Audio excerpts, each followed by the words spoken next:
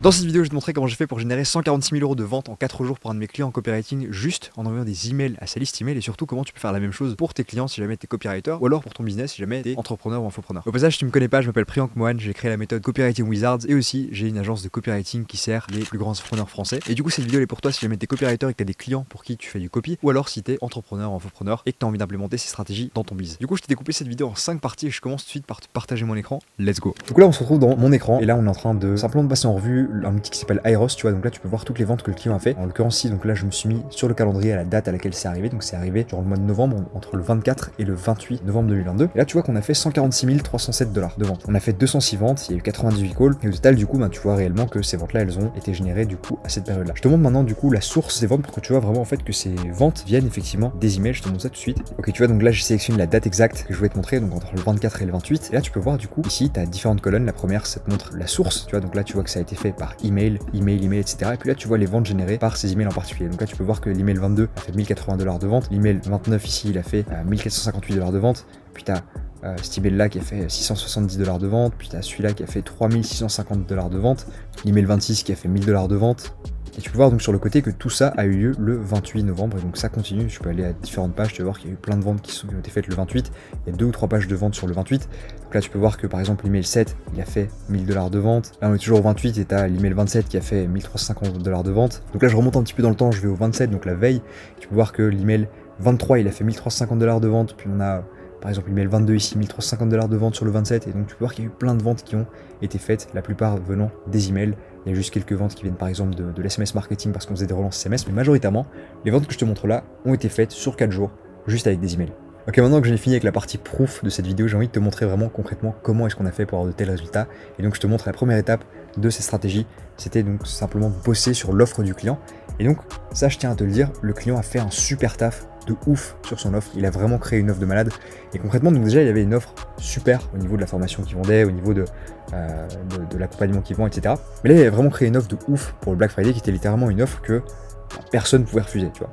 Donc c'était une offre qui faisait à peu près 60% de réduction, donc admettons que son produit soit à 1000 balles, bah du coup s'il était à 1000 balles, là tu le paierais du coup 60% moins cher, donc 400 $.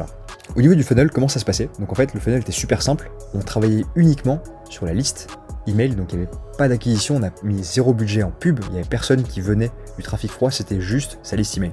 Okay, et donc ce qu'on faisait, c'est qu'on s'adressait à la liste email, on leur envoyait des emails. Les emails, du coup, ils avaient un CTA, donc un appel à l'action qui dirigeait vers une petite VSL de 7 minutes. Donc il y avait une page sur laquelle il y avait une VSL tout en haut avec une belle headline, un beau titre, et puis il y avait un petit peu de copie dans la page. Et ensuite, du coup, cette VSL, elle te faisait arriver, elle te drivait du coup vers un checkout automatique. Donc il n'y avait pas de call dans le process, c'était uniquement de la vente directe pour les produits les moins chers. Donc en fait il y avait plusieurs offres. Donc il y avait une première offre qui était à 1500 $, il me semble, il y a une deuxième offre qui était genre à 3500 et une troisième qui était du coup à 5000.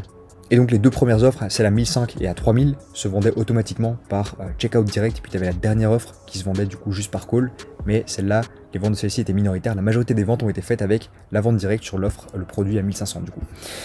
Donc je tiens à te préciser un truc, la force de cette stratégie, c'est qu'on a vraiment fait en sorte de pouvoir retirer au maximum le client de la stratégie pour que simplement eh bien, le mec puisse juste faire une VSL, la tourner une fois, et ensuite eh bien, on laisse la liste email et le copywriting faire le travail de vente au maximum. Ensuite, je te passe du coup à la prochaine étape qui est du coup le compte ActiveCampaign. Et pour te parler de ça, tu vas voir qu'on a vraiment fait un truc de ouf au niveau de la segmentation email et tout ce qui s'ensuit. La première chose que je veux dire, c'est que la liste était hyper segmentée. On a vraiment fait en sorte d'avoir au maximum le plus possible d'informations du coup sur les différents segments de la liste, qu'on sache exactement d'où venaient nos prospects en termes je dirais de localisation, mais aussi avoir des informations démographiques sur eux, qu'est-ce qu'ils faisaient dans la vie, etc.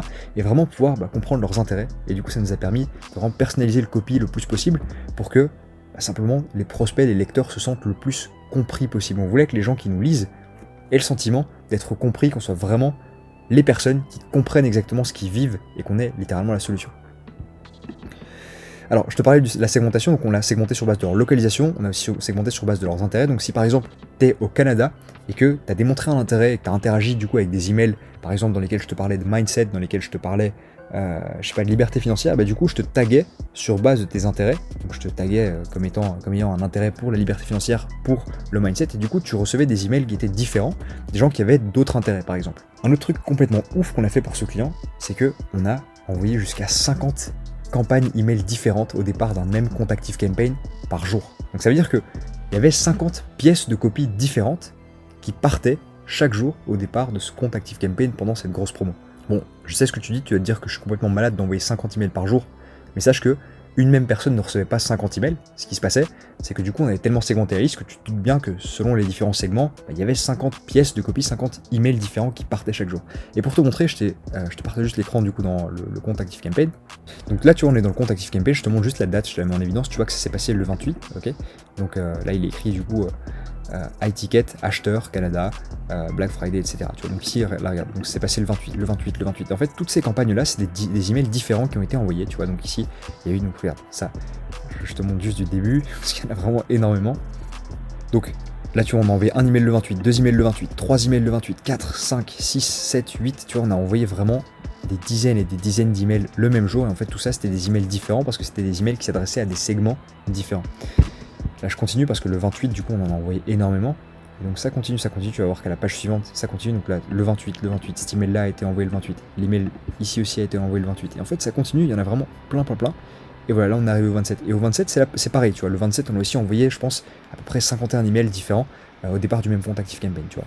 Et donc je te disais, 50 emails c'est pas pour un même contact. Ce qu'on a fait du coup c'est que un contact unique pouvait recevoir jusqu'à 8 emails par jour, en tout cas le dernier jour de la promo. Donc ça veut dire que si toi par exemple qui regarde cette vidéo, t'avais opt-in, tu t'étais inscrit à sa liste email à ce client, eh bien tu aurais pu recevoir le dernier jour 8 emails différents éparpillés au long de la journée, tu vois. Donc tu en aurais reçu un le matin, puis un 4 heures après, puis un 2 heures après, etc. Donc je te le reprécise, j'envoyais pas 50 emails à une seule et même personne. En moyenne on envoyait entre 4 et 8 emails. Le dernier jour on était vraiment agressif, on en envoyait 8. Ensuite, un dernier truc de ouf qu'on a fait, c'est qu'on a mis en place ce qui s'appelle une automatisation missile. Donc littéralement, là, on avait mis en place des automatisations basées sur l'interaction. Ça veut dire que si tu avais cliqué sur un email, mais qu'en cliquant sur cet email, du coup par exemple tu regardes la vidéo mais t'achètes pas, eh bien 15 minutes après avoir cliqué sur cet email, je t'enverrai directement un autre email qui te dirait simplement hey, j'ai vu que tu as cliqué, j'ai vu que tu as vu la vidéo, mais t'as pas encore acheté, qu'est-ce que t'attends? J'imagine que tu es en train d'hésiter, etc., tu vois. Et donc en fait on a vraiment fait des automatisations sur base des interactions des gens qui faisaient que si tu faisais une action et que, si tu faisais une action, eh bien ça éveillait directement un trigger dans ActiveCampaign qui faisait que tu recevrais directement un autre email ou une autre vidéo, etc. Alors, ça c'est tout pour ActiveCampaign. Maintenant, il y a un autre aspect qu'on a vraiment bien géré parce que tu te dis bien, si on envoie 50 campagnes différentes par jour au départ d'un même nom de domaine, eh bien on risquerait beaucoup de tomber en spam. Et bien sache que c'est pas le cas. C'est pas le cas du tout parce que on a vraiment bien bossé sur la délivrabilité avec ce client. J'ai fait en sorte que le client ne tombe plus du tout en spam parce que du coup j'ai fait ce qui s'appelle de l'email list management. Et donc en fait 100% des emails qu'on a envoyés sont tombés en boîte principale. Et donc c'est assez ouf parce qu'aujourd'hui beaucoup d'infopreneurs et aussi beaucoup d'e-commerçants tombent énormément dans les spams. Mais là donc vu qu'on avait bien bossé sur cette délivrabilité, eh bien 100% des emails qu'on a envoyés tombaient directement en boîte principale. En plus de ça, du coup on a eu 0 emails qui sont tombés en promotion, ce qui est juste dingue parce qu'aujourd'hui beaucoup de gens tombent en promotion. Et surtout, du coup, je te l'ai dit, on a beaucoup bossé sur la réputation du nom de domaine. Et donc ça nous a permis de faire en sorte que le nom de domaine du client, le nom de domaine au départ duquel il envoyait des emails, du coup on pouvait vraiment bombarder de ouf, envoyer des 8 emails par jour à une seule et même personne, donc 50 campagnes différentes par jour au départ du compte ActiveCampaign, et rien ne tombait en spam, tout tombait en inbox principal, ce qui est vraiment ouf. Maintenant niveau copy, qu'est-ce qu'on a fait? Niveau copy, eh bien j'ai utilisé une strat que j'appelle du coup la RCT. En gros, donc, ce que tu dois faire, c'est simplement rejoindre la conversation dans la tête du lecteur. Ok, donc RCT. Donc ça veut dire que quand tu lisais les emails, eh bien, tu auras vraiment ce sentiment de te sentir compris. C'est ça que je te disais. Et ça, c'était du coup via le copywriting, via la persuasion, mais aussi via du coup l'aspect technique dont je t'ai parlé, qu'on a mis en place pour vraiment s'assurer que quand quelqu'un recevait un email, eh bien, ce serait effectivement un email qu'il toucherait vraiment au niveau du cœur. Tu vois. On a fait en sorte aussi qu'il y ait de la preuve sociale dans 60% des emails, parce que quand tu as une grosse promo comme ça, notamment en Black Friday, eh bien il faut que tu bombardes avec la preuve sociale, c'est vraiment ça qui va faire la majorité du process de vente. Bien sûr ça dépend des niches, etc. Mais dans ce cas-ci, 60% des emails avaient de la preuve sociale.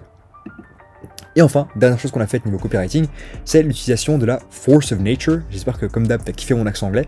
Et en fait, ce que je veux dire par là, c'est qu'au lieu de mettre de l'urgence en disant on passe à l'action maintenant parce que dans 24 heures c'est fini, du coup ce qu'on faisait c'est qu'on jouait avec des raisons naturelles qui justifient de passer à l'action maintenant, tu vois. Par exemple, je te donne un exemple totalement différent de ce qu'on a fait parce que tu vois, donc on est pas dans cette niche là, mais du coup un exemple ce serait de la force de la nature, ce serait le gouvernement vient tout juste de créer cette loi qui va faire que c'est ta toute dernière chance de profiter de cet investissement, par exemple, tu vois. Ici je te préviens, on n'est pas dans dans une niche d'investissement. Mais du coup, ce serait ça la force de la nature, c'est un truc qui est totalement incontrôlable, t'as aucun contrôle dessus, mais du coup, ça fait que bah, tu peux pas l'arrêter, c'est comme ça. Et bah, du coup, demain sera terminé parce que du coup, c'est pas toi qui l'as choisi, c'est l'univers qui l'a choisi, c'est le gouvernement qui l'a choisi. Du coup, il faut que tu agisses maintenant. Donc voilà, c'est à peu près tout pour la stratégie. Dans l'ensemble, j'espère que cette vidéo t'a plu. Et ce que je tiens à te dire, la morale de cette histoire, c'est qu'aujourd'hui, si t'es copywriter et que eh bien, tu te contentes simplement de rendre un Google Docs à ton client sans délivrer plus de valeur que ça, eh bien, sache que tu as peut-être du souci à te faire parce que à côté de ça, il y a beaucoup de copywriters aujourd'hui qui deviennent justement beaucoup plus full stack, qui deviennent beaucoup plus marketeurs que simplement copywriters. Et justement, ce que je viens de te montrer là, si tu as la capacité avec ton copywriting plus toutes les stratégies d'apporter 146 000 € à ton client en 4 jours, et bien honnêtement, tu as un gros avantage sur le marché, tu vas pouvoir facturer beaucoup plus que les autres copywriters.